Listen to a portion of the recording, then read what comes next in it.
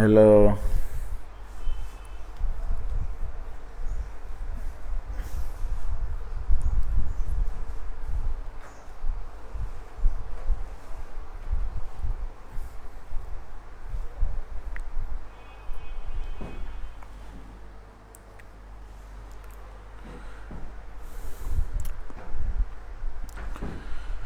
Alaikum salam. Masama Hassan Mo. How are you? I am fine. Alaikum salam. Shatabdi Brahma.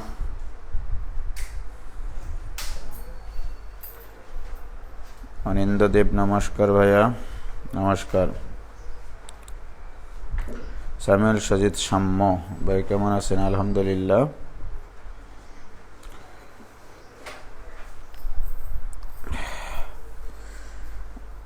Sirajul Islam আলাইকুম সালাম। দীপ্র দাস তুষার, ফুয়াদ হাসান, ইফাতারা প্রিয়তা, মায়েশা ফারজিনা, মৌমিতা, আনিকা, মুবাশিরা, তামিদুল ইসলাম স্বাধীন ইত্যাদি ইত্যাদি বিভিন্ন জন তোমরা এখানে আছো দেখছি। আমি তো গামলায় হামলা দিয়েছি। রিফাত সাজিদ, তালাবিন কবির তাসিফ। ভাই ঘুম ছোটেনি নাকি এখনো? ধর্মিয়া 7:30 থেকে একটা ক্লাস নিয়েছি। নাস্তা করেছেন ভাই? না, নাস্তা করিনি, তোমাদের ক্লাস নেওয়ার পরে করবো ইনশাল্লাহ। বিশাখা ইসলাম দিয়া, বিদিশা ইসলাম শিয়া কই?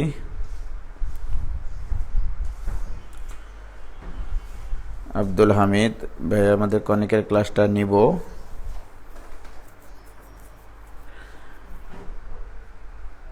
আরিমা মৌ, তামিদুল ইসলাম অমি। তাড়াতাড়ি আসো, তাড়াতাড়ি। গুরুত্বপূর্ণ চ্যাপ্টার আমরা শুরু করেছি, তোমরা জানোই। প্রথম ক্লাসটা করতে হতো তোমাদের, যারা যারা করনি। আমি নাস্তা নিয়ে যাব ভাই। সৈয়দুল মুরসালিন, সেই ভালোবাসা কি আর আছে ভাই? ভালোই ঠান্ডা পড়েছে। কই ঠান্ডা? আমি তো ফ্যান চালাচ্ছি।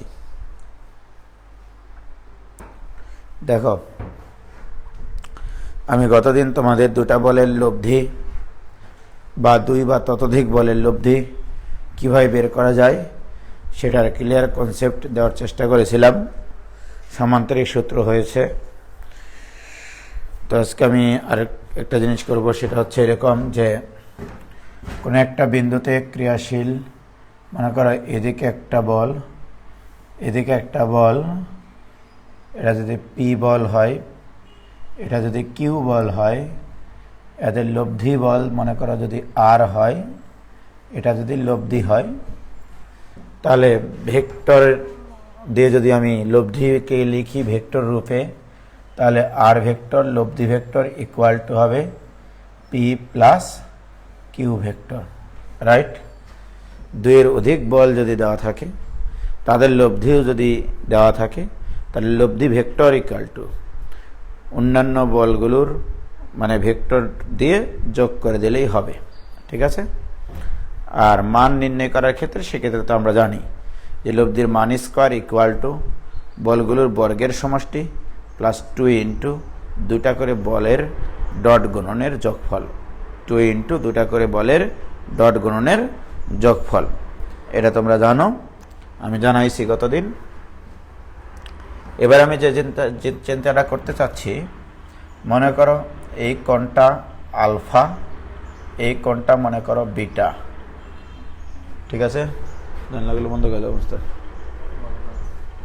এই যে এখানে ফুটে আছে ওইটা বন্ধ করে দাও। তাহলে আমি এখানে যেটা দেখাইছি, এখানে 2টা বলের মধ্যে, এখানে দেখো angle between P and Q, এটা ইকুয়াল টু কিন্তু আলফা প্লাস বিটা। আবার angle between P and R, এটা ইকুয়াল টু কিন্তু আলফা। আবার angle between Q and R, এটা ইকুয়াল টু বিটা। ওকে, থাকে এটা। এখন আমার প্রশ্ন যে এই বলগুলোর মধ্যে আমি একটা সম্পর্ক স্থাপন করব। ওকে, সম্পর্ক স্থাপন করা মানে হচ্ছে এরকম যে আমি যদি এই আর বলের সাথে যে কোনো একটা বল দ্বারা ক্রস গুণন করি, মনে করো পি দ্বারা ক্রস গুণন করব, তাহলে এটা ইকুয়াল টু পি ক্রস পিউ, P cross P plus Q cross P হয়েছে। তাহলে উভয় পক্ষকে পি দ্বারা ক্রস গুণন করলাম, পি দ্বারা ক্রস গুণন করলাম, হয়েছে? কি হয়েছে, কি বলছে ভাইয়া? আপনি তো অ্যাডমিশনের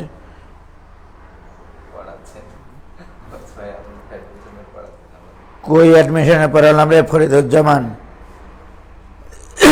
দেখো, তাহলে উভয় পক্ষকে যদি ক্রস গুণন করি আমরা, তাহলে আমরা ক্রস গুণন কিভাবে নির্ণয় করি? তাহলে বাহ, এখানে একটা কাজ করি আমরা জানি দুইটা ভেক্টর যদি একই রকম হয় তাহলে তাদের ক্রস গুণন 0 ভেক্টর হয়, তাদের ক্রস গুণন। কারণ পি ক্রস পি মানে হচ্ছে পি এর মান এদের মধ্যবর্তী কোণের সাইন ইন্টু একটা একক ভেক্টর হবে, রাইট? অর্থাৎ এটা হবে আর ক্রস পি ইকুয়াল টু, এটা 0 ভেক্টর, 0 না, এটা 0 ভেক্টর। আর এখানে কিউ ক্রস পি কে যদি উল্টাই দিই, তোমরা জানো যার চিহ্ন পরিবর্তন হয়, পি ক্রস কিউ হয়ে যায়, কি রাইট? এরকম হয়, এরকম হতে পারে। অথবা যদি তুমি প্লাস দ্বারা লেখো, হ্যাঁ, প্লাস দ্বারা যদি লেখো তাহলে কি হবে? প্লাস দ্বারা লিখলে কিউ ক্রস পি থাকবে, সমস্যা নেই। তাহলে 0 ভেক্টরের সাথে এটাও তো একটা ভেক্টর, যে কোনো ভেক্টরের সাথে 0 ভেক্টর যোগ করলে ওই ভেক্টরটাই থাকে, অর্থাৎ R cross P equal to Q cross P. কি ক্লিয়ার হয়েছে কিনা?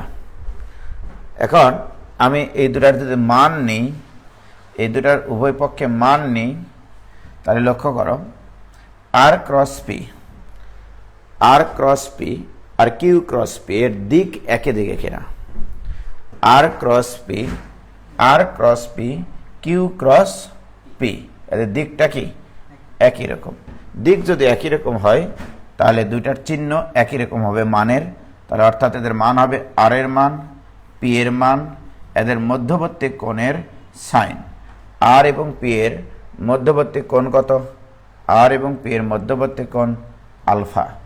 অ্যাকচুয়ালি আরকে যখন পি এর দিকে আমি ঘোরাবো, ঘড়ির কাঁটার দিকে ঘোরে, সাধারণত চিহ্ন নির্ধারণ করা হয় ঘড়ির কাঁটার দিকে যদি ঘোরে তাহলে নেগেটিভ, আর ঘড়ির কাঁটা বিপরীতে ঘুরলে পজিটিভ।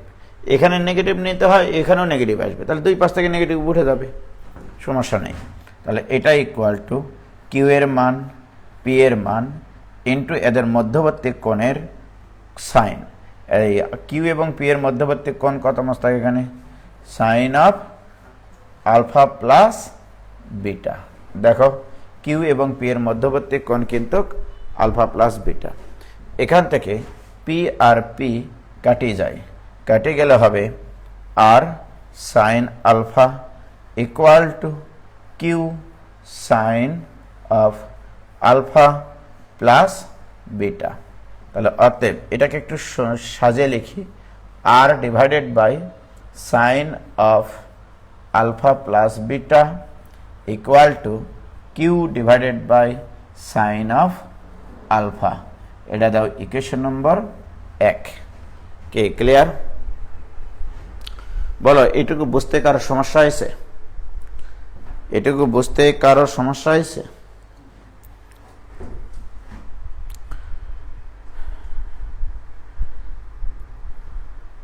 এটুকু নিয়ে কারো সমস্যা হয়েছে? দেখো তো, এনি প্রবলেম?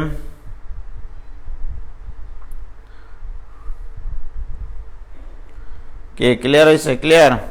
কোনো সমস্যা আছে? সমস্যা হওয়ার কথা না। এবারে আমি একটা কাজ করব, সেটা হচ্ছে যে আমি যখন পি দ্বারা ক্রস গুণ করলাম তখন আর এবং কিউ এর মধ্যে সম্পর্ক পাইলাম। তখন পি কে দেখতে পাচ্ছি না। যখন আমি আর দ্বারা ক্রস গুণন করব অথবা কিউ দ্বারা ক্রস গুণন করব, কিউ দ্বারা ক্রস গুণন করলে আর এবং পি এর মধ্যে সম্পর্ক পাবো। তাহলে দেখো আমি এবার এই কাজটা করব যে আর ভেক্টর ইকুয়াল টু আমরা কি জানলাম, P plus Q vector, right. উভয় পক্ষকে যদি কিউ দ্বারা ক্রস গুণন করি তাহলে আর ক্রস কিউ এটা equal to P cross Q, just এইটা থাকবে, বাকিটা লিখলাম না। বাকিটা কি লেখার দরকার আছে? কিউ ক্রস কিউ মানে 0 ভেক্টর হবে। তাহলে আমি যখন কিউ দ্বারা ক্রস গুণন করব তখন কিউ ভেক্টরটা আর থাকবে না। কি ক্লিয়ার? কিউ ক্রস কিউ মানে 0 ভেক্টর হবে। উভয় পক্ষে যদি আমি এখন মান নিই সম্মানের সাথে, তাহলে আমরা এখানে লিখতে পারবো আর ইন্টু কিউ ইন্টু সাইন। আর এবং কিউ এর মধ্যবর্তী কোণ কত অবস্থা এখানে বলতে পারবা? আর এবং কিউ এর মধ্যবর্তী কোণ কত? বিটা। তাহলে সাইন বিটা এটা ইকুয়াল টু পি এবং কিউ এর মধ্যবর্তী কোণ, তাহলে পি কিউ সাইন। পি এবং কিউ এর মধ্যবর্তী কোণ কত অবস্থা? Alpha plus beta. কিউ আর কিউ যখন এখান থেকে চটকে যাবে তখন R divided by sine of alpha plus beta থাকবে equal to P divided by sine of beta থাকবে। কি ক্লিয়ার? এটা দিলাম ইকুয়েশন নম্বর 2। কারো কোনো আপত্তি আছে? দেখো, কারো কোনো আপত্তি থাকলে আমাকে বলতে পারো। কারো কোনো আপত্তি আছে? এনি আপত্তি? কোনো আপত্তি থাকলে বলো। এদিকে আমি 1 নম্বর সমীকরণে পাইছি আর এবং কিউ এর মধ্যে সম্পর্ক, ওকে। 2 নম্বর সমীকরণে পাইছি আর এবং পি এর মধ্যে সম্পর্ক। দেখো তাহলে মোস্তাক আহমেদ, তাহলে আর এবং কিউ এর মধ্যে সম্পর্ক এইটা, আর এবং পি এর মধ্যে সম্পর্ক এইটা, এটা ইকুয়াল টু এইটা, আবার এটা ইকুয়াল টু আবার P divide by sine beta. তাহলে এই দুটো সমীকরণ যদি একসাথে লিখি তাহলে কি লিখতে পারবো? দেখো, P divided by sine beta equal to Q divided by sine, Q এর নিচে কত আছে? আলফা, এটা equal to R divided by sine of alpha plus beta. এটা হবে কিনা বলো? এই জিনিসটা মনের খাতায় স্মৃতির পাতায় ফোটায় ফোটায় লিখে রাখো। কে ক্লিয়ার? এতটুকু পর্যন্ত ক্লিয়ার হয়েছে কিনা? এরপরে আমি তোমাদেরকে এই সূত্রের সাইন ল মেবি, সাইন ল মেবি সেটা আমি জানি না, এটা আমি যেটা ফিল করি, এটার যে ফিলিংসটা সেটা হচ্ছে এরকম। কোনো একটা বিন্দুতে ক্রিয়াশীল 3টা বলের মধ্যে একটা যদি লব্ধি নির্দেশ করে, এটা মনে করো পি বল, এটা মনে করো কিউ বল, এটা মনে করো আর বল, ওকে। আর এদের মানগুলো কি? এদের মান হচ্ছে মনে করো পি ভেক্টরের মান হচ্ছে পি বলের, পি ভেক্টরের মান হচ্ছে পি, আর ভেক্টরের মান হচ্ছে আর, আর কিউ ভেক্টরের মান হচ্ছে কিউ। এগুলো হচ্ছে মান, যেগুলোতে ভেক্টর দেওয়া নাই এগুলো হচ্ছে মান, ওকে। ওখানে কিন্তু মান দিয়ে প্রকাশ করা আছে। এটা ছিল আলফা, এটা ছিল বিটা, ঠিক না? আমি যদি এই 3টা বলের মধ্যে সম্পর্ক স্থাপন করি যে এই 3টা বলের, এই 3টা ফোর্স একটা বিন্দুতে ক্রিয়াশীল। মোট কথা নোট করো এরকম ভাবে, কোন একটা বিন্দুতে ক্রিয়াশীল 3টি বলের মধ্যে একটি বল অপর 2টি বলের লব্ধি নির্দেশ করলে, একটি বল অপর 2টি বলের লব্ধি নির্দেশ করলে P divided by Q divided by R divided by, এটা চিরকাল সত্য। তাহলে কোন একটা বিন্দুতে ক্রিয়াশীল 3টা বলের মধ্যে একটা বল যদি অপর 2টা বলের লব্ধি নির্দেশ করে তাহলে প্রত্যেকটা বল হবে অপর 2টা বলের মধ্যবর্তী কোণের সাইন অনুপাতের সমানুপাতিক। ঠিক আছে? একটি বিন্দুতে ক্রিয়াশীল 3টি বল, কয়টা বল? 3টা বল। এই তিনটা বলের মধ্যে যে কোনো একটি বল অপর দুটি বলের লব্ধি নির্দেশ করলে, অপর দুটি বলের লব্ধি নির্দেশ করলে, নাকি লিখে দেব, লিখে দিই, কোন বিন্দুতে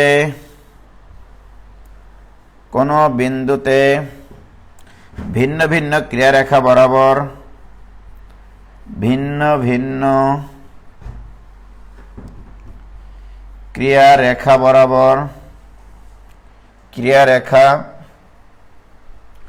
বরাবর ক্রিয়াশীল তিনটি বলের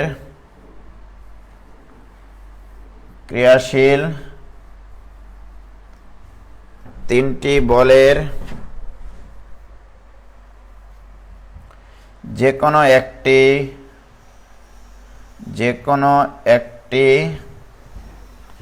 লব্ধি নির্দেশ করলে,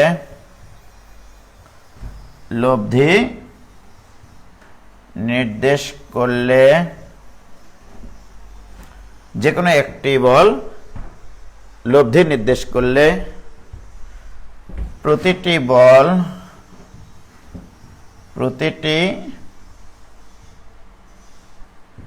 বলের মান হবে অপর দুটি বলের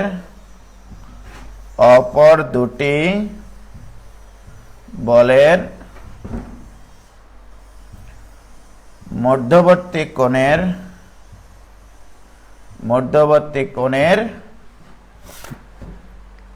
সাইন অনুপাতের সমানুপাতিক।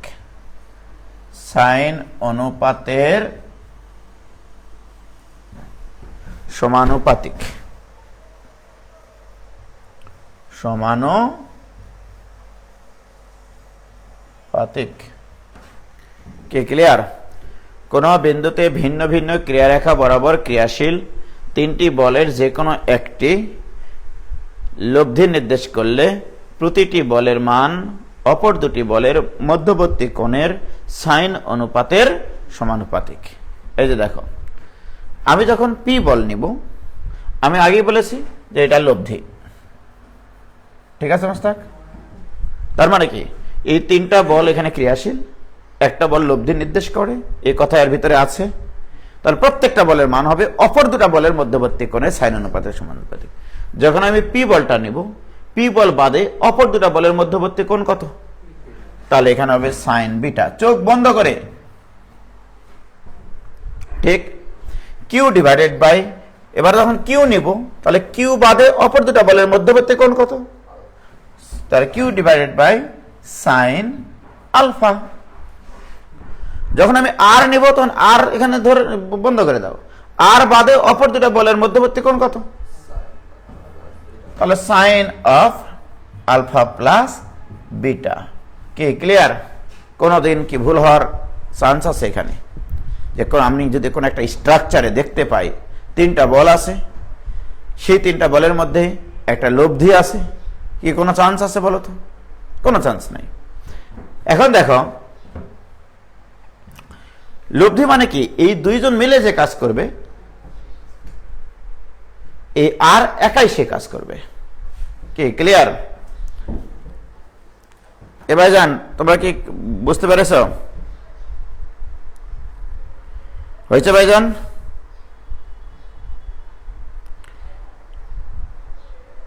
কথা বলবা না নিজেরা নিজেদের মধ্যে, বলে রাখলাম কিন্তু।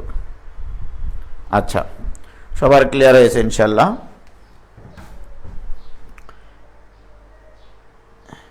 সবকিছু মুখে বলতে হয় না, মুখে বলতে হয় না, কিছু বুঝে নিতে হয়। হয়েছে? ওকে, এবার আসো। এই এই এই এই এটা উঠে গেল। ও, এটা সিলেক্ট হয়ে গেছে, যাই হোক, ভালো বোর্ড তো, ওই জন্য। এবার একটু দেখো, মনে করো এরকম বিভিন্ন ধরনের প্রশ্ন তোমাদের আসতে পারে। সৃজনশীল প্রশ্ন, স্ট্যাটিক্স অর্থাৎ মেকানিক্স যেভাবে আমি ফিল করি, মনে করো এই এই একটা রশির দিয়ে এখানে বাধা আছে, ওকে, আর একটা রশির ওই রশিটারই এক প্রান্তে এখানে বাধা আছে, ওকে। এখানে মনে করো গিট দিয়ে একটা নির্দিষ্ট ওজনের বস্তু ঝোলানো আছে, রাইট? ব্যাপারটা এরকম। এখানে মনে করো 50 কেজি ওয়েটের একটা বস্তু ঝোলানো আছে, 50 কেজি ওয়েট এর একটা বস্তু ঝোলানো আছে, রাইট? এখন আমার প্রশ্ন যে মনে করো এটা খাড়া রেখার সাথে এটা মনে করো 45 ডিগ্রি কোণ উৎপন্ন করে, এটা মনে করো তোমার 60 ডিগ্রি কোণ উৎপন্ন করে, ধরে নিলাম আর কি, ধরে নিতে তো সমস্যা নাই। 45 ডিগ্রি আর 60 ডিগ্রি কোণ উৎপন্ন করে খাড়া রেখার সাথে, এরকম ভাবে স্ট্রাকচারটা দেওয়া আছে। দিয়ে এখানে বলা আছে এই দিকে রশিতে টান কি পড়বে, এখানে রশিতে টান কি পড়বে। ওকে, এখন এখানে তোমাকে ফিল করে বুঝে নিতে হবে না বলা কিছু কথা, যে এই দুটা বলের লব্ধি আসলে এইটা, রাইট?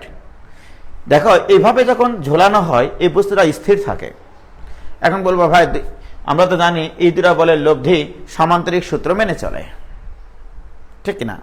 তাহলে এদেরকে নিয়ে একটা যদি সামান্তরিক অঙ্কন করতাম, লব্ধি তো এইদিকে ক্রিয়াশীল, এই লব্ধিটাকেই তো নিষ্ক্রিয় করেছি 50 কেজি ওয়েট, তাহলে এটাই হচ্ছে এই দুটা বলের লব্ধি, রাইট?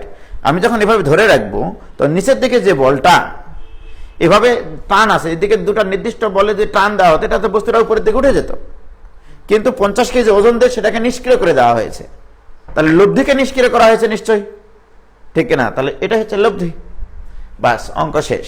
এখন যদি বলি যে রশিদ্বয়ের টান নির্ণয় করো, T1 equal to what, T1 equal to what, T2 equal to what, T2 equal to what, right? চোখ বন্ধ করে অ্যান্সার লিখে ফেলবো।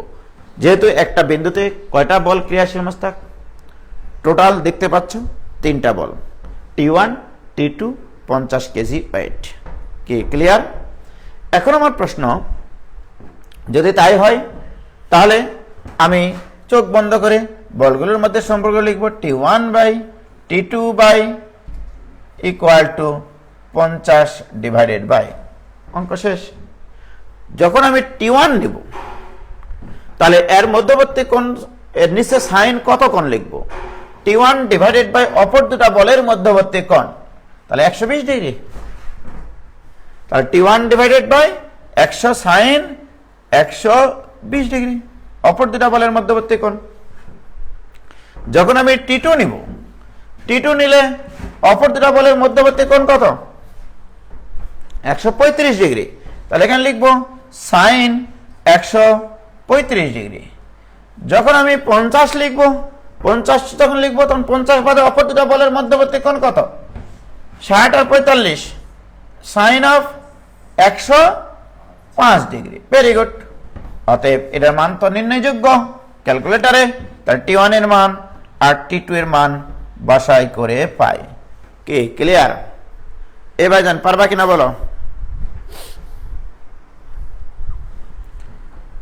কি ক্লিয়ার? কি পারবা?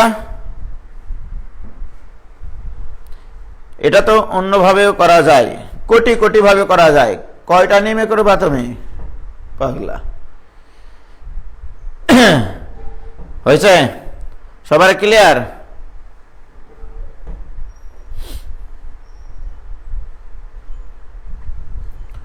হয়েছে? তাহলে আমরা যদি কোনো একটা স্ট্রাকচার দেখতে পাই, কোনো একটা স্ট্রাকচার দেখতে পাই, সেই স্ট্রাকচারে যদি 3টা ফোর্স থাকে, যদি 3টা ফোর্স থাকে, যে কোনো একটা ফোর্স যদি অপর দুটা ফোর্সের লব্ধি নির্দেশ করে, তাহলে আমরা এখানে বলের সাইন সূত্র ইউজ করতে পারবো। প্রত্যেকটা বল হবে অপর দুটা বলের মধ্যবর্তী কোণের সাইন অনুপাতের সমানুপাতিক। কি ক্লিয়ার? এই জিনিসটা আমার কাজ করবে। ওকে, ভেরি গুড। তাহলে এটা নিয়ে আমাদের কোনো ঝালেমা নাই। এখন আসো আমরা কিছু সরাসরি, আমরা তাহলে সামান্তরিক সূত্র শিখেছি, বলের সাইন সূত্র শিখলাম। এটা হচ্ছে বলের সাইন সূত্র আসলে, বা ত্রিভুজ সূত্র বলা হয়, বলের ত্রিভুজ সূত্রও বলা হয়, বলের ত্রিভুজ সূত্র বলা হয়। যেমন দেখো আমার যদি এরকমটা হয় যে এখানে একটা ফোর্স আছে, ঠিক আছে, তারপরে এখানে একটা ফোর্স আছে, এখানে আরেকটা ফোর্স আছে, ঠিক আছে। অ্যাকচুয়ালি আমি সামান্তরিক সূত্রের মতোই দেখাতে পারি এখানে, যেটা পি ফোর্স, এটা কিউ ফোর্স, এটা হচ্ছে আর ফোর্স, লব্ধি আর, ওকে। এটা আলফা, এটা বিটা। এখন যদি এটাকে নিয়ে একটা সামান্তরিক অঙ্কন করি আমরা, সামান্তরিকটা এরকম হবে, রাইট। তোমরা জানো যে এইটা কিউ ভেক্টরটা এটাকে নির্দেশ করে, মান যদি চিন্তা করি তাহলে এটাও কিউ ভেক্টর হলে এটাও কি হবে, এটাও কিউ ভেক্টর, রাইট। তাহলে এটা যদি মান হয় তাহলে এটা পি ভেক্টর, এটা এইটুকুর মানকে আমি পি বল দ্বারা প্রকাশ করছি, তাহলে এটা কিউ বল, এটা আর বল, রাইট। তাহলে আমি যদি এখানে ত্রিভুজটাকে শুধু ভাগ করে নিয়ে আসি, ত্রিভুজটাকে যদি এখান থেকে ভাগ করে নিয়ে আসি, তাহলে বলো এটা আর বল, এটা পি বল, মান দিয়ে প্রকাশ করতেছি, কিন্তু এটা কিউ বল। এখন বলো তো মোস্তাক, এই কোণটা কত, এই কোণটা এখানে কত দেওয়া আছে, আলফা। এই কোণটা কত, এই কোণটা হচ্ছে বিটা, কারণ এই কোণ আর এই কোণ একান্তর কোণ, তাহলে এইটা বিটা, রাইট। এখন আমাকে বলো এই কোণটা কত, এই কোণটা হচ্ছে 180 minus alpha plus beta, 180 minus alpha plus beta, তাহলে এই কোণটা হচ্ছে 180 minus alpha plus beta, okay. তো এটা বলের সাইন সূত্রও বটে, এটা বলের সাইন সূত্র যদি আমি ইউজ করি, ত্রিভুজ সূত্র যদি ইউজ করি, দেখো এইভাবে মনে রাখবা যে কোনো একটা ত্রিভুজের তিনটা বাহু যদি জানা থাকে, প্রত্যেকটা বাহুর মান হবে তার অপোজিট কোণের সাইন অনুপাতের সমান, তাহলে পি, এটা কিউ, এটা আর, ওকে। এভাবে মনে রাখবো। যদি আমি ওই ফোর্স সিস্টেম না দেখতে পাই, যদি একটা ত্রিভুজের তিনটা বাহুর দৈর্ঘ্য নির্দেশক বল দেখা যায়, এই তিনটা বল কিন্তু এই ত্রিভুজের তিনটা বাহুর দৈর্ঘ্য নির্দেশ করে, অর্থাৎ এই বলের মান যত, ত্রিভুজের বাহুগুলোর দৈর্ঘ্য তত একক, ওকে। তাহলে পি ডিভাইডেড বাই, বলো তোমার থাক পি এর অপোজিট কোণ, পি বলে পি বাহুর অপোজিট কোণ কত, তাহলে P divided by sine beta, এটা equal to Q divided by, Q এর অপোজিট কোণ কত, alpha, sine alpha, R divided by R এর অপোজিট কোণ কত, তাহলে sine of 180 minus alpha plus beta. কি ক্লিয়ার? এটাকে অবশ্য লেখা যায় শুধু sine of alpha plus beta, কারণ 180 থাকলে সাইন সাইনই থাকে, 180 মাইনাস সামথিং মানে সেকেন্ড কোয়াড্রেন্ট, সেকেন্ড কোয়াড্রেন্টে সাইন পজিটিভ। কি ক্লিয়ার?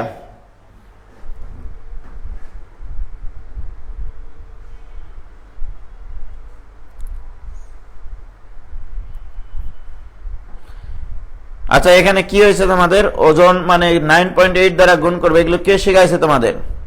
সামিউল সাজিদ সাম্য। এখানে কি 9.8 দ্বারা গুণ হবে? তোমার ইচ্ছা ভাই খুশ। 9.8 দ্বারা গুণ করলে একক লিখতে হবে নিউটন।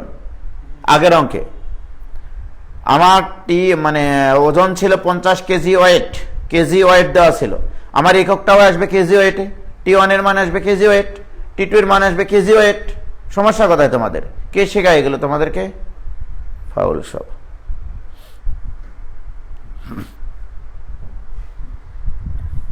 হয়েছে? যখন যে এককে থাকবে সেই এককটাই থাকবে। ওকে, তাহলে এটা ক্লিয়ার।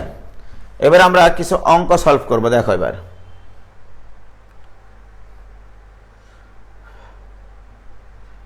এই অঙ্কটা তোলো। আমরা গতদিন থেকে যা কিছু শিখেছি, সমান্তরিক সূত্র শিখেছি, তারপরে বলের সাইন সূত্র শিখলাম, তারপরে আমরা বলের ত্রিভুজ সূত্র শিখলাম, উপাংশ সূত্র শিখেছি গতদিন, ঠিক না? যে যদি কোনো একটা তলে অনেকগুলো বল ক্রিয়াশীল হয়, সেখানে যদি সেই তলের উপরে যদি লব্ধি থাকে, তাহলে যে কোনো দিক বরাবর লব্ধির উপাংশের মান অপর বলগুলোর উপাংশের মানের সমষ্টির সমান। এরা কি শেখায়নি? গতদিন আমি এটা আলোচনা করিনি? অথবা এটাও হতে পারে যে কোনো একটা তলের উপর ক্রিয়াশীল অনেকগুলো বলের লব্ধি যদি দেওয়া থাকে, যে কোনো দিকের উপর লম্ব অভিমুখে লম্ব বরাবর লব্ধির উপাংশের মান অপর বলগুলোর উপাংশের মানের সমষ্টির সমান। এগুলো গতদিন আমি শিখাইছি। আজকে আমরা অঙ্ক করব। এই অঙ্কটা একটু দেখো। 2 আলফা কোণে ক্রিয়ারত দুটি সমান বলের লব্ধি 2 বিটা কোণে ক্রিয়ারত বল দুটির লব্ধির দ্বিগুণ হলে প্রমাণ করো যে cos আলফা ইকুয়াল টু, মোস্তাক তুমি দেখে থেকে অঙ্ক তুলতে ভুল করেছ, cos alpha equal to 2 into cos beta. দেখেছ?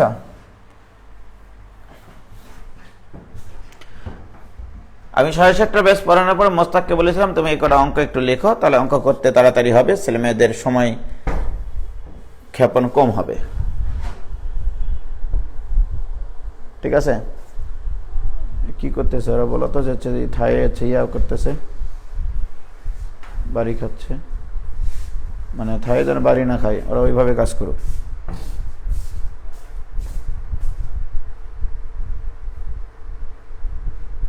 ওইদিকে কারোর সাথে বাঁধতে বলো বাঁশটা, এর নিচে একজনকে দাঁড়াতে বলো, নাহলে কি হয়েছে হয়েছে ওকে, মানুষ মাত্রই ভুলশীল।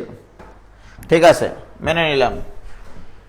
2 আলফা কোণে ক্রিয়ারত দুইটি সমান বলের লব্ধির 2 বিটা কোণে ক্রিয়াশীল বল দুটির লব্ধির দ্বিগুণ হলে, তাহলে আমরা এটার অ্যান্সার করব এভাবে। লেখো, ধরি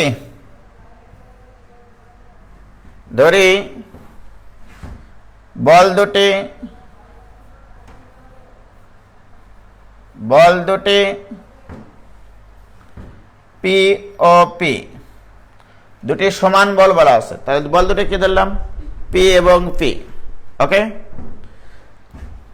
তারপরে লিখবা এভাবে, যখন angle between P and P equal to 2 alpha, তখন এভাবে লিখে বুঝাবা স্যারকে, তখন লব্ধি ইকুয়াল টু R1 ধরলাম। ওকে, আচ্ছা, যখন angle between P and P equal to 2 beta, তখন লব্ধি ইকুয়াল টু R2 ধরলাম। ওকে, প্রিয় শিক্ষার্থী বন্ধুরা, প্রশ্নে বলা আছে 2 আলফা কোণে ক্রিয়ারত দুটি সমান বলের লব্ধি, তাহলে এই লব্ধিটাকে আমি কি দ্বারা প্রকাশ করেছি? এই লব্ধিটাকে R1 দ্বারা প্রকাশ করেছি। 2 বিটা কোণে ক্রিয়াশীল বল দুটির লব্ধি, এই 2 বিটা কোণে ক্রিয়াশীল লব্ধি কি ধরেছি? R2 ধরেছি। লব্ধির দ্বিগুণ, তার মানে কি R1 R2 এর কি দ্বিগুণ। তাহলে এখানে প্রশ্ন মতে লিখবো আমি, প্রশ্ন মতে R1 equal to 2 into R2। কি বলো তোমরা? প্রশ্ন বলা আছে, তাহলে উভয় পক্ষকে বর্গ করলে R1 square equal to 4 R2 square. কি কোনো সমস্যা আছে? বলো, কোনো সমস্যা? কোনো সমস্যা থাকার কথা না। বর্গ করেছে উভয় পক্ষে। R1 স্কোয়ার মানে কি? প্রথম দুটা বলের লব্ধির বর্গ। এটা আমরা সামান্তরিক সূত্র থেকে লিখতে পারি, P square plus 2 into P into এদের মধ্যবর্তী কোণের কোসাইন। এদের মধ্যবর্তী কোণ কোসাইন কত? 2 alpha. This equal to 4 into আবার R2 স্কোয়ার মানে কি? পি এবং পি বলের মধ্যবর্তী কোণ যখন 2 beta, that is P square plus 2 into P into cos of 2 beta. কি ক্লিয়ার? কি কোনো সমস্যা আছে?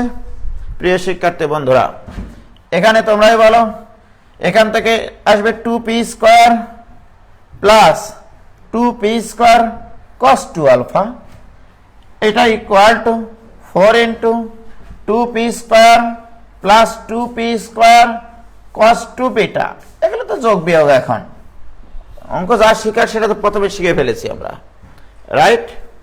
এরপরে আসো ভাইজান, একটু কষ্ট করে একটু দেখো যে বাহ, এখান থেকে 2p স্কোয়ার যদি আমরা কমন নিই, 1 প্লাস cos 2 আলফা, এটা equal to 4 into 2p square যদি কমন নিই তাহলে আবার আসবে 1 প্লাস cos 2 বিটা।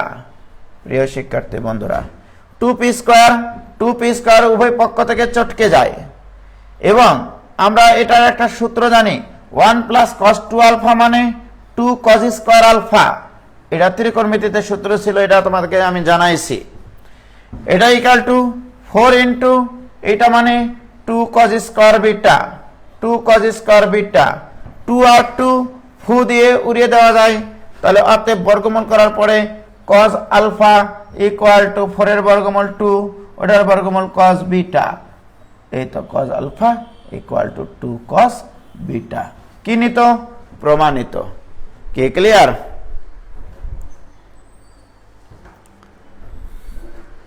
হয়েছে?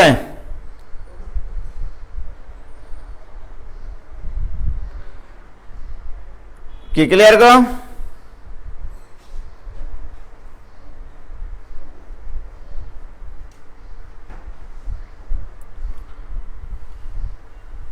হয়েছে ভাইজান? কারো কোনো সমস্যা? কোনো ব্যাপার নাই। অঙ্কের সামান্তরিক সূত্র অ্যাপ্লাই করেছি, অঙ্কটা পড়েছি, অঙ্কে যা বলা ছিল সেই অনুযায়ী চিত্র অ্যাপ্লাই করেছি, অঙ্ক কমপ্লিট। চিত্র বলছি, সূত্র অ্যাপ্লাই করেছি। হয়েছে? ওকে, এবার আসো। আমরা কিন্তু স্থিতিবিদ্যার আসল জায়গায় কিন্তু এখনো যাইনি, এগুলো তো ফিজিক্স। মানে ফিজিক্সে তোমরা এগুলো সামান্তরিক সূত্র শিখেছো, এগুলো করেছো, রাইট? ওকে, এবার আসো আরেকটা অঙ্ক, দ্বিতীয় আরেকটা অঙ্ক। ঠিক আছে, এই অঙ্কটা তুলে ফেলো। পরস্পর থিটা কোণে ক্রিয়াশীল পি এবং কিউ মানের বল দুটির লব্ধির মান এইটা। সেই দুটা বল যখন π/2 মাইনাস থিটা কোণে ক্রিয়া করে তখন লব্ধির মান হয় এইটা। প্রমাণ করা হয়েছে tan θ = m-1 divided by m+1। ওকে, তাহলে আমার দুটা বল কি দেওয়া আছে এখানে? পি এবং কিউ। এদের লব্ধি কত? লব্ধির মান হচ্ছে এইটা। তাহলে এটাকে আমরা বিবেচনা করব r1। তাহলে এটা r1 = এটা প্রশ্নে দেওয়া আছে। ওকে, এই দুটো বলের মধ্যবর্তী কোণ যখন থিটা, তাহলে প্রথমে একটা কেস তো দেওয়াই আছে, পি আর কিউ এর মধ্যবর্তী কোণ থিটা, তখন লব্ধি এইটা, রাইট? আবার যখন বলদের মধ্যবর্তী কোণ π/2 মাইনাস থিটা, তখন তাদের লব্ধি এইটা। সেই দুটার থেকে তোমাকে এখন প্রমাণ করতে হবে tan θ = m-1 divided by m+1। এটা কোনো অঙ্কই না, রাইট? তাহলে কেস 1 সলভ করতেছি। দেখো সলভ করতেছি। কেস 1, যখন angle between P and Q equal to theta, তখন লব্ধি কত দেওয়া আছে? তখন লব্ধি দেওয়া আছে 2m+1 into √p² plus q²। এটা লব্ধি তখন। অতএব আমরা সামান্তরিক সূত্র অনুসারে পাই লব্ধি স্কয়ার। কি জানি আমরা? লব্ধি স্কয়ার। তার লব্ধি স্কয়ার মানে কি? 2m+1 whole square into p² plus q²। লব্ধি স্কয়ার ইকুয়াল টু আমরা কি জানি জীবনে? p² plus q² plus 2pq cos of alpha. কি এটা সামান্তরিক সূত্র, আর এটা ছিল লব্ধি। তাহলে লব্ধি স্কয়ার করেছি, লব্ধি square equal to p² plus q² plus 2pq cos alpha. কারো কি বুঝতে সমস্যা আছে? ওকে, কোনো সমস্যা নাই। প্রিয় শিক্ষার্থী বন্ধুরা, যদি আমরা এই p² প্লাস q² কে বামে নিয়ে আসে কমন নিই, কেমন লাগবে দেখো। এই যে যত সুন্দরভাবে ক্যালকুলেশনকে উপস্থাপন করতে পারে। আমি যখন p² প্লাস q² কমন নিব বামে নিয়ে আসে, এখানে থাকবে 2m+1 হোল স্কয়ার মাইনাস 1। এটা equal to 2pq cos alpha. Equation number দাও 1। তাহলে আমি এই গোটা উদ্দীপকের অর্ধেক অংশ ব্যবহার করেছি। যখন পি আর কিউ এর মধ্যবর্তী কোণ থিটা এবং এদের লব্ধি তখন এইটা। কি ক্লিয়ার? এবার আসো, যখন পি এবং কিউ বলদের মধ্যবর্তী কোণ π/2 মাইনাস থিটা, অর্থাৎ আমরা এখানে এই মুস্তাক, এখানে তো থিটা, তুমি লিখেছো থিটা, এখানে প্রকাশ করতেছো আলফা দিয়ে, কেমন কথা এটা? আচ্ছা ব্যাপার না, এটা মানুষ মাত্রই ভুলশীল। এই যে এটা কি ঠিক আছে? তাহলে এটা গেল প্রথম কেস। এবারে এটা কেস 1। এবারে কাশি 2। কেস 2 এ আমরা কি করব? যখন angle between P and Q equal to π/2 minus theta, তখন লব্ধি, তখন লব্ধি কি দেওয়া আছে প্রশ্নে? লব্ধি দেওয়া আছে 2m - 1 into √p² plus q²।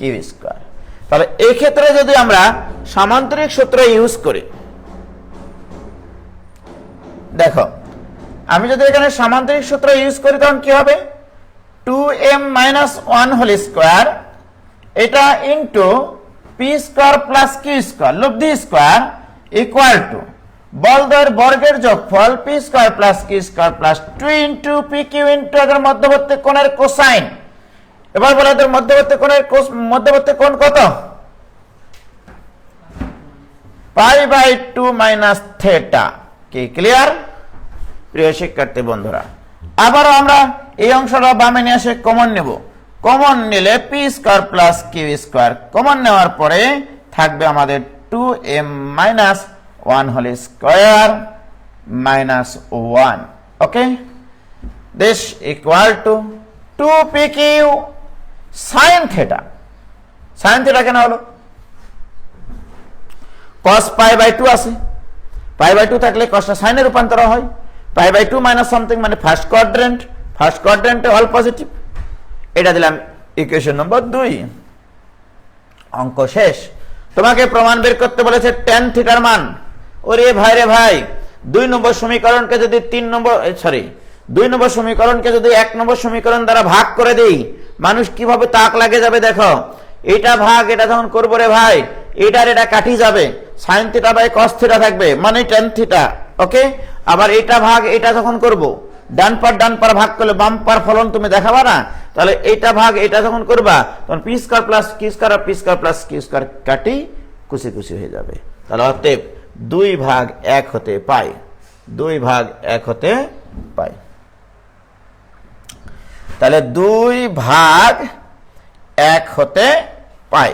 তাহলে এইটা ডিভাইডেড বাই এটা যখন করব তখন এটা কাটি যাবে, থাকবে তোমার 2m - 1 whole square minus 1 divided by 2m plus 1 whole square minus 1। This equal to sine by cos মানে tan থিটা। কি ক্লিয়ার? অঙ্ক শেষ। এখন তোমরা যে যত সুন্দরভাবে ক্যালকুলেশন করতে পারো। আমি এখানে বর্গ না করে a² মাইনাস b² সূত্র ফেলবো, a plus b into a minus b। তাহলে এটা হচ্ছে a plus b into a minus b divided by a plus b into a minus b। কি ঠিক না? এটা ইকুয়াল টু tan থিটা। কি ঠিক কিনা বলো? ওরে ভাই রে ভাই, a1 আর a1 কিভাবে যে কুচি হয়ে কাটি যাবে, এইটার এটা কাটি যাবে, কাটি যাওয়ার পরে এখানে 2m থাকে আর এই 2m একবারে চটকে যাবে। উপরে থাকলো তোমার তাহলে 2m minus 2 divided by 2m plus 2 equal to tan theta. কি ক্লিয়ার প্রিয় শিক্ষার্থী বন্ধুরা? 2 কমন নিয়ে যদি চটকে দাও তাহলে কি হবে? এখানে tan theta equal to m minus 1 divided by m plus 1। প্রমাণিত। এটাতে প্রমাণ করতে বলেছিলাম, কিছুই না, সামান্তরিক সূত্র ইউজ করেছি শুধু। ঠিক আছে, হয়েছে?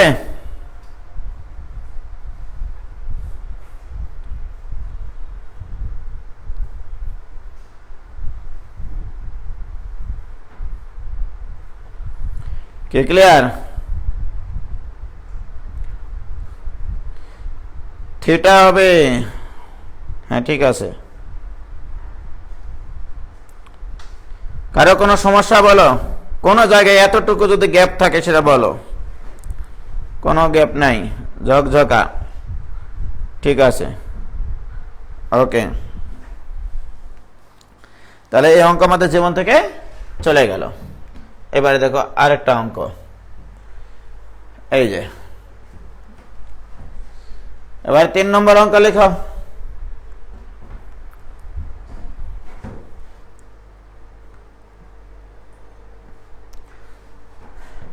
অঙ্কটা লেখো, দুটি বল সমকোণে ক্রিয়া করলে লব্ধির মান হয় 2√13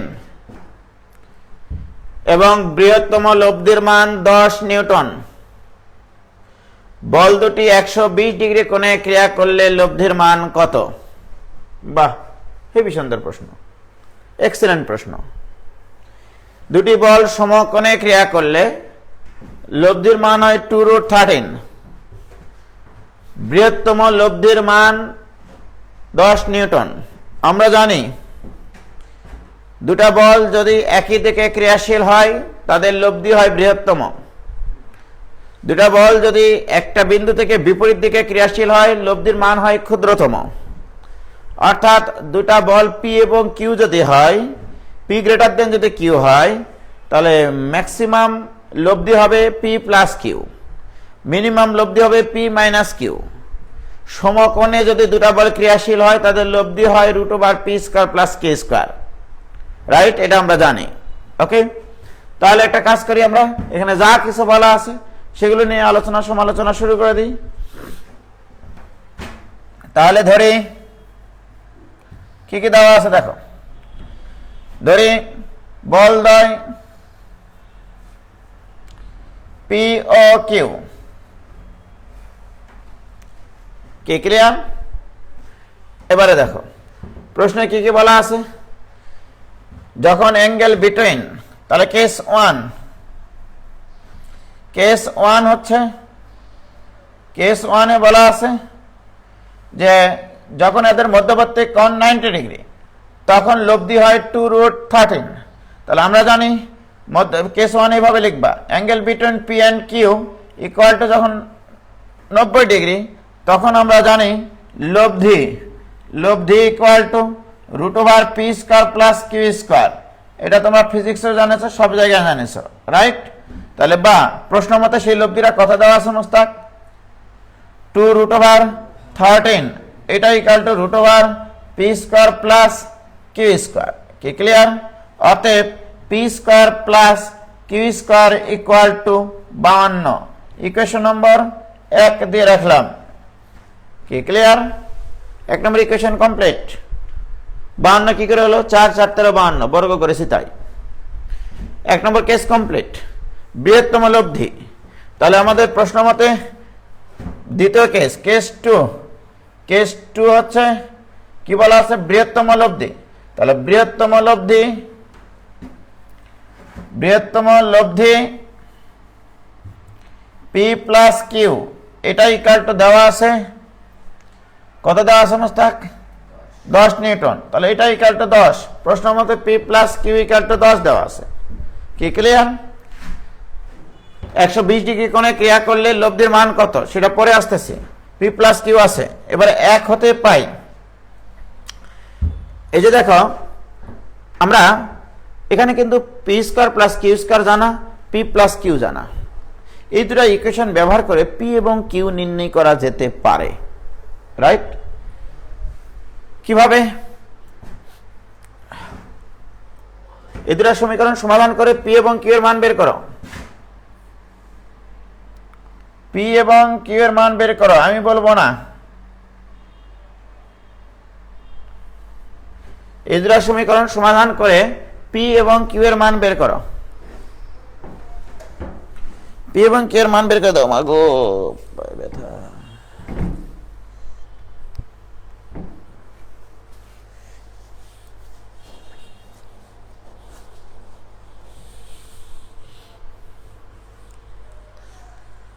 তুমি কি আমায় বন্ধু মোস্তাক কেউ পি এর মান বের করে দিতে পারলে বলি, আমি তো দেখতেই পাচ্ছি 1 এবং 2 সমাধান করলে 4 আর 6 হবে। হ্যাঁ পি কিউ এর মান সেটা ঠিক আছে, পি কিউ এর মান 24। পি এবং কিউ এর মান বের করতে পারলে সেটা পাগলেরা। 4 আর 6, ইয়েস, পি এবং কিউ এর মান আসবে 4 এবং 6। ভেরি গুড, তোমরাই পারবা আগামীকে জয় করতে, কারণ তোমাদের সাথে আছে উজ্জ্বল।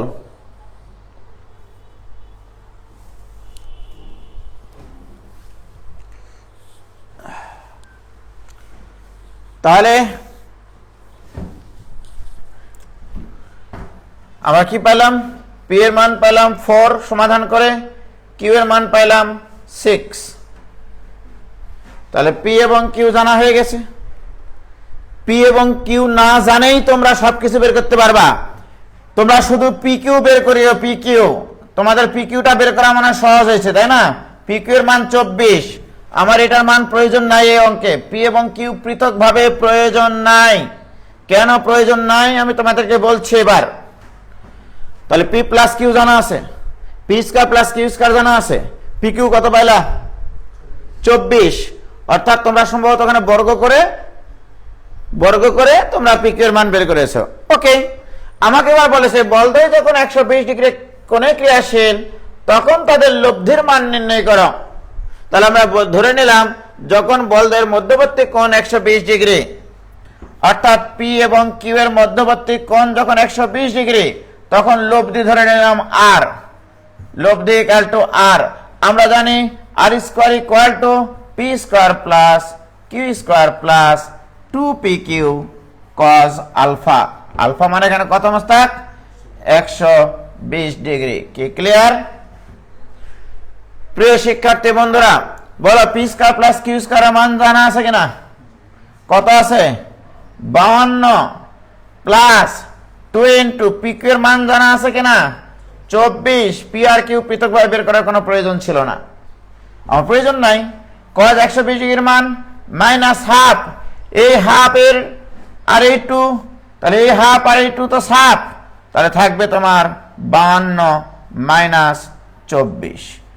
বলো 52 থেকে 24 বাদ দিলে কত হয়? 28। তাহলে আর স্কয়ারের মান 28, অতএব আর ইকুয়াল টু 2√7 একক। কি ক্লিয়ার? লব্ধি 2√7। Very good, 4/6। Very good, very good, আমি ওটাই বলছিলাম। হয়েছে?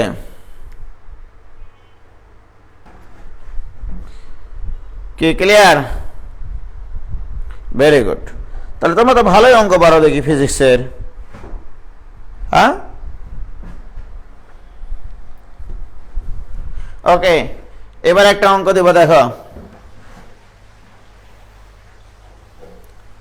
আর কোন অঙ্ক লেখা নাই তো, এই জন্য মোস্তাকে বলেছিলাম 10টা অঙ্ক লিখতো, তো এই যে 10 পেজ করে দিয়েছি। দেখো যে 10টা পেজ, ও 3টা অঙ্ক লিখতে ওর গান খারাপ হয়ে গেছে। এবার একটা অঙ্ক লেখো।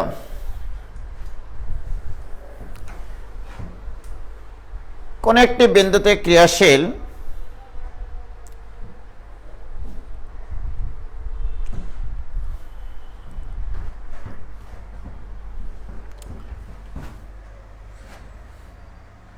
কোন একটি বিন্দুতে, আমি লিখে দিচ্ছি, কোন একটি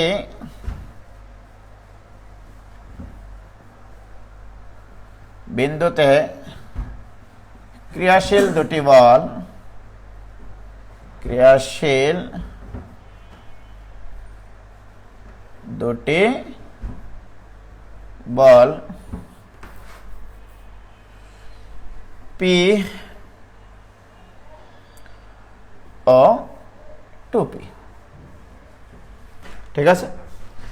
কোন একটি বিন্দুতে ক্রিয়াশীল দুটা বল পি এবং 2p। ঠিক আছে, এটা প্রথম ঘটনা। তারপরে বলা আছে এরকম, প্রথম বলটিকে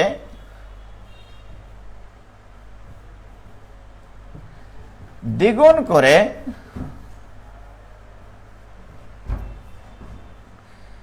দ্বিতীয় বলটির মান 16 একক বৃদ্ধি করা হলো। 16 একক বৃদ্ধি করা হলো।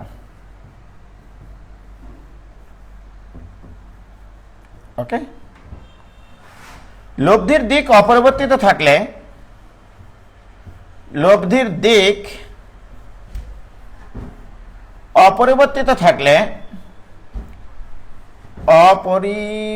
অপরিবর্তিত বানান কি গো?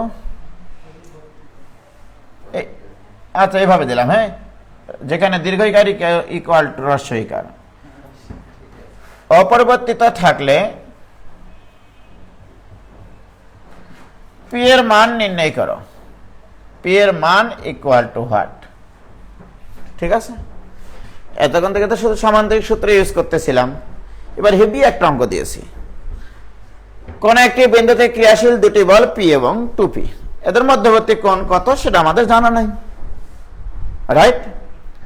লব্ধি কোন বলের সাথে কত কোণ উৎপন্ন করে সেটাও জানা নাই। Very good.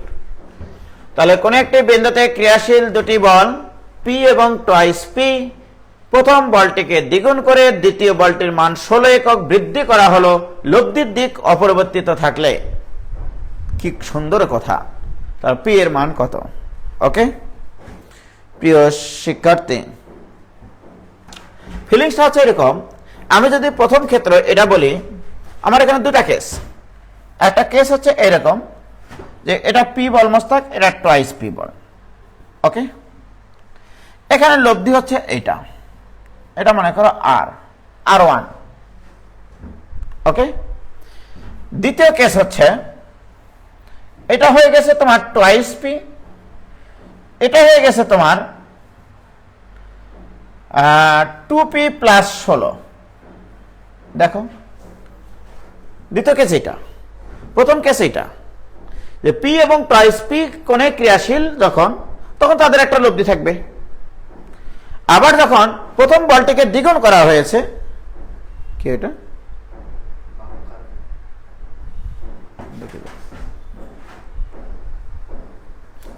ভাই? আসসালামু আলাইকুম। আসসালাম ভাই। আচ্ছা ভাই, ঠিক আছে, ওকে, আচ্ছা, তাই না? ঠিক আছে ভাই, ওকে। জয়পুরহাট এসপি, ঠিক আছে ভাই। আচ্ছা ভাই, ওটা রেফারেন্সটা কি দেওয়া যাবে, মানে কি রেফারেন্স দিব?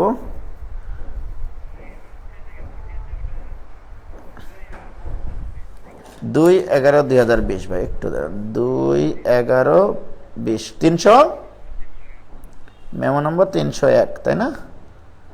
ঠিক আছে ভাই, তাহলে আচ্ছা ভাই। আর ওই মামলা নম্বর আছে 836, আমারই তো মনে নেই, 2000 সি, তাই না ভাইয়া? আচ্ছা, ঠিক আছে, থ্যাংক ইউ। আচ্ছা ভাই, সমস্যা নাই, পয়সা খরচ যা হবে সেটা দেবো। না না না, সেটা তো জানি। ঠিক আছে ভাই, আচ্ছা ভাই, থ্যাংক ইউ। আসসালামু আলাইকুম।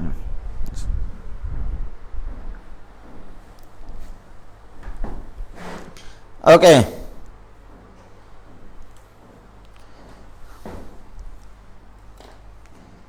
কে কে কে কে কে কে অ্যান্সার দিয়েছে রে ভাই? এরা কি অ্যান্সার করেছে নাকি ইতিমধ্যে?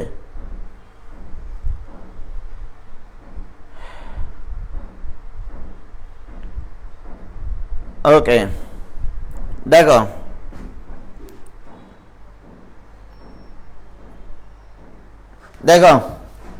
তাহলে দ্বিতীয় ক্ষেত্রে আমি কেসটা আলোচনা করেছি, ঠিক আছে মুস্তাক?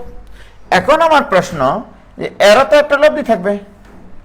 লক্ষ্য কর, প্রশ্নে যেটা বলা আছে লব্ধির দিক অপরিবর্তিত, অর্থাৎ এই প্রথম ক্ষেত্রে লব্ধিটা পি বলের সাথে যে কোণ উৎপন্ন করে, দ্বিতীয় ক্ষেত্রেও লব্ধির মান চেঞ্জ হতে পারে কিন্তু দিক চেঞ্জ হয়নি, তার মানে এটাও থিটাই থাকবে। প্রথম বলটা ছিল পি বল, জাস্ট এটাকে দ্বিগুণ করা হয়েছে এদিকে। দ্বিতীয় বলটা ছিল 2p বল, শুধু এটাকে 16 একক বাড়ানো হয়েছে, তাদের মধ্যবর্তী কোণ কিন্তু চেঞ্জ হয়নি। ওকে, লব্ধির দিক অপরিবর্তিত রয়ে গেছে। তার মানে এই লব্ধি, প্রথম ক্ষেত্রে লব্ধিটা পি বলের দিকের সাথে যে কোণ উৎপন্ন করেছিল, দ্বিতীয় ক্ষেত্রে লব্ধিটা এই 2p বলের সাথে একই কোণ উৎপন্ন করবে। কি ক্লিয়ার? এক্ষেত্রে যদি তোমরা ট্যান থিটা দিয়ে অঙ্ক করো, এটা অনেক কঠিন হয়ে যাবে। দেখো, আমি তোমাদেরকে শেখাইছিলাম এরকম সামান্তরিক সূত্রে, এটা যদি লব্ধি হয়, লব্ধি আর হয়, এটা যদি পি হয়, এটা যদি কিউ হয়, এটা যদি থিটা হয়, ট্যান থিটা ইকুয়াল টু শিখাইছিলাম যার সাথে কোণ উৎপন্ন করবে সেটাই কোণায় থাকবে। এটা আমার মনে রাখার বুদ্ধি। ওকে, কার সাথে কোণ উৎপন্ন করেছে লব্ধি? পি এর সাথে, তাহলে পিটাই কোণায়। এবার আমি এটাকে ট্যান থিটা ট্যান বানাতে গেলে Q sine by Q cos লিখতে হয়। সাইন বাই কজ মানে ট্যান, এইভাবে মনে রাখি আমি।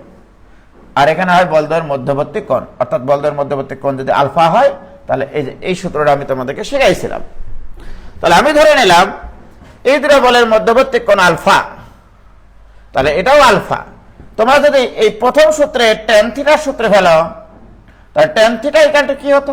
তোমরা সূত্র জানো, এখানে পি, এখানে কিউ সাইন আলফা। কিউ মানে এখানে কত? 2p। কিউ মানে 2p, কিউ মানে 2p sine alpha divided by 2p cos alpha, right? এটা গেল প্রথম ক্ষেত্র। দ্বিতীয় ক্ষেত্রে ট্যান থিটা ইকুয়াল টু, এবারে বলো কার সাথে কোণ উৎপন্ন করে? 2p এর সাথে, তাহলে 2p এখানে বসবে, তাই কিনা? এখানে প্লাস, এবার এখানে কে বসবে? কিউ। এখানে কিউ এর মান কত? 2p plus 16 into sine alpha divided by 2p plus 16 into cos alpha. কি ক্লিয়ার?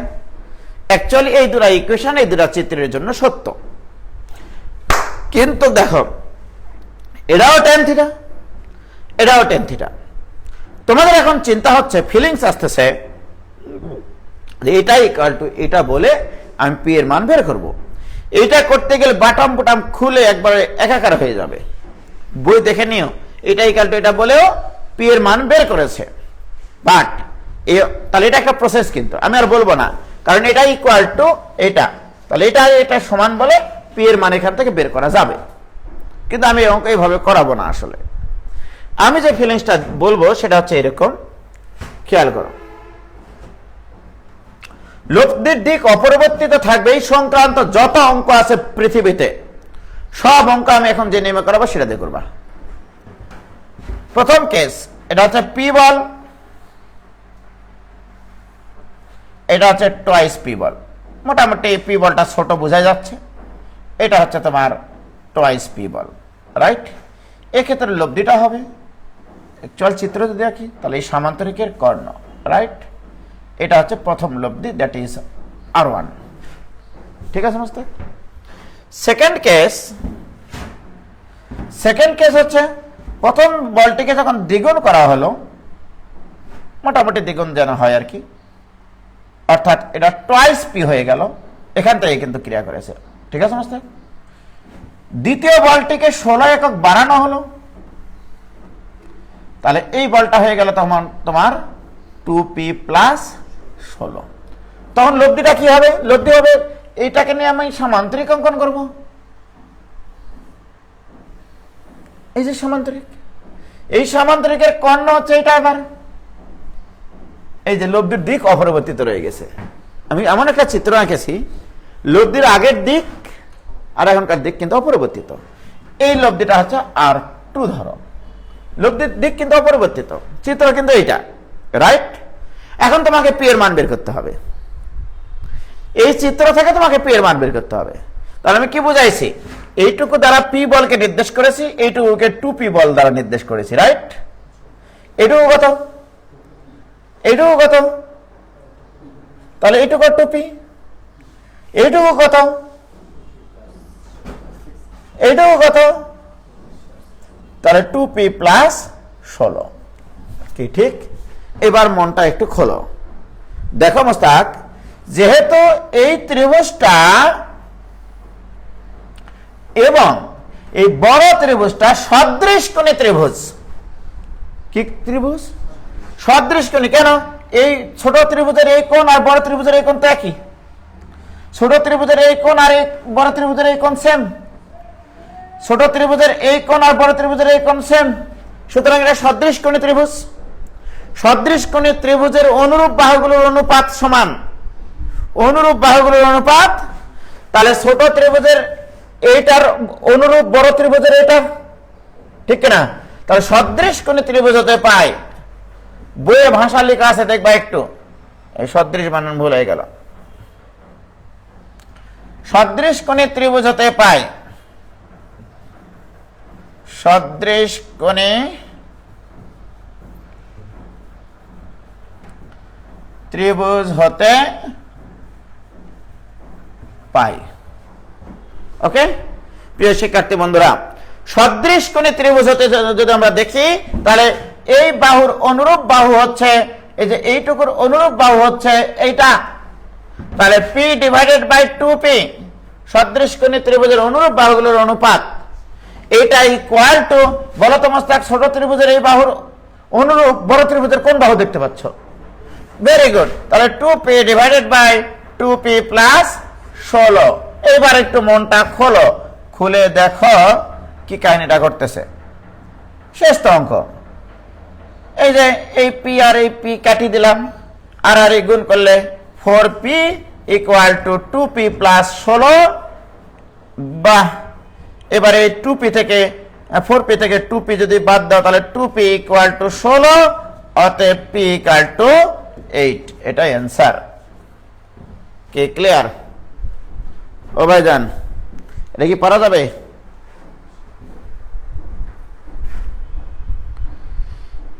এই ম্যাথটাই সব পরীক্ষায় দেওয়া হয়, টিচাররা মানও পরিবর্তন করে না। হ্যাঁ ঠিকই বলেছ তাহমিদুল ইসলাম অমিত, 100% সত্য কথা। হয়েছে? tan থিটা দিয়ে করলাম ভাই, বাটাম খোলেনি। Very good. হয়েছে?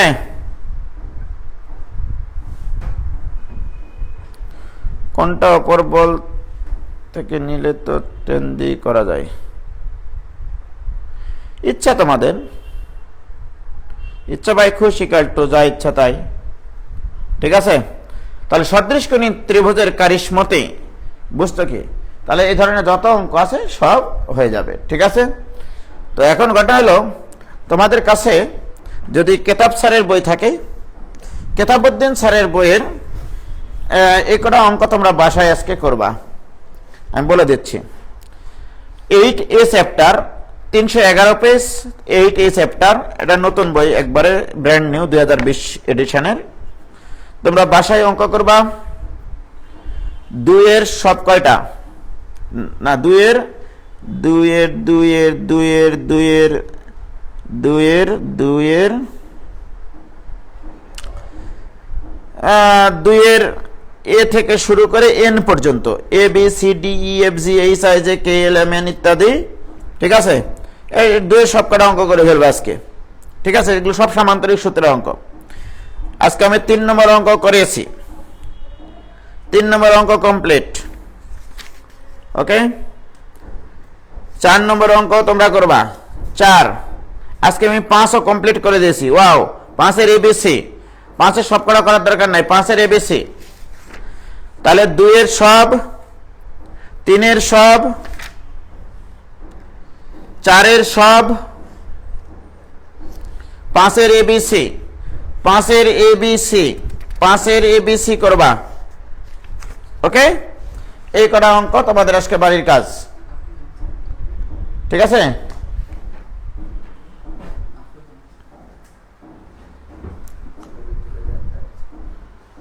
ছবি তুলে দিতে পারবো না, এই কেতাব স্যারের বই নাই, এটা তো নাই তোমাদের কাছে। হয়েছে? কে বলছে? সাবরিনা সন্দীপ থেকে বলছে, ভাই এই চ্যাপ্টারটা সোজা, ভালো লাগছে। হ্যাঁ, আরে ভাই এই চ্যাপ্টার তো আমি তো বলেছি যে স্থিতিবিদ্যা সবার কাছে কঠিন মনে হয়, আমার কাছে সবচাইতে সোজা মনে হয়। আসল ক্লাসে তো এখনো ঢোকেইনি, এগুলো তো এখনো সেই প্রাইমারি লেভেলে পড়ালেখাতেই আছি আমরা, তাই না? আসল ক্লাসে যাই তখন বুঝবানি মজাটা, তবে কঠিন করে শেখাবো না ইনশাল্লাহ। আফরুজ্জামান স্যারের বই থেকে আর দিবেন না? না দেব না। আফরুজ্জামান স্যারের বইটা কই মোস্তাক? সেকেন্ড পেপারটা কই? আচ্ছা দেখি, বই দেখে দেখবো নি। তাহলে খোদা হাফেজ, আসসালামু আলাইকুম।